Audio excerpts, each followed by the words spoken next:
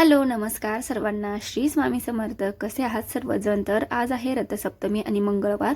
तर माझं आज आहे हळदी कुंकू करायचं माझं राहून गेलं होतं, सो आज करणार आहे मी. तर त्याच्यासाठीच मी इथं छान असे दिवे वगैरे घरीच रंगवले. ते पान वगैरे हळदी कुंकाचं मी घरीच बनवलेलं आहे.